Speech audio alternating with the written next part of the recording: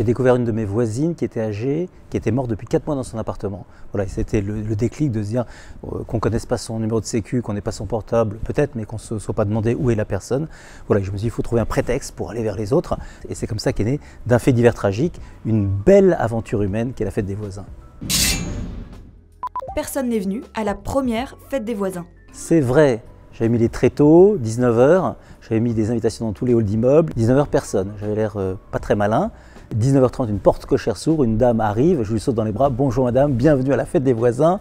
Là elle regarde autour d'elle, elle dit c'est nul votre truc, il n'y a personne, elle est repartie.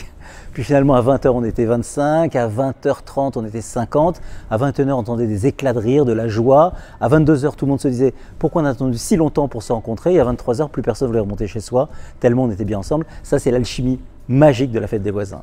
On peut participer à la fête même si on est en guerre froide avec le voisin du troisième. Vrai, au contraire, quand on a un conflit, on se parle, on se rencontre et la fête des voisins est un bon moment pour le faire. Les locataires et les propriétaires ne se mélangent jamais lors de la fête des voisins.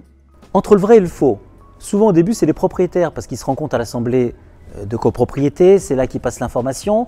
Et en fait, en réalité, on s'est rendu compte que dès que l'organisateur de la fête des voisins est quelqu'un de sympa, il va frapper à toutes les portes, il ne demande pas à la personne si elle est locataire ou propriétaire, et ça se mélange. L'événement est plus efficace dans les quartiers aisés que dans les quartiers populaires. Faux!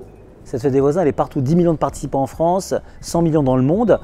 Il suffit qu'une personne ouvre sa porte et ouvre quelque part son cœur pour que tout se passe bien. La convivialité est en danger en France. Faux! Je sillonne la France 7 jours sur 7, je découvre des gisements de générosité chez les gens. Jamais depuis le Covid, les Français n'ont été autant en quête de sens. Ils ont envie de se sentir utiles, ils ont envie de rentrer en relation, ils veulent s'entraider et ça, je trouve ça génial.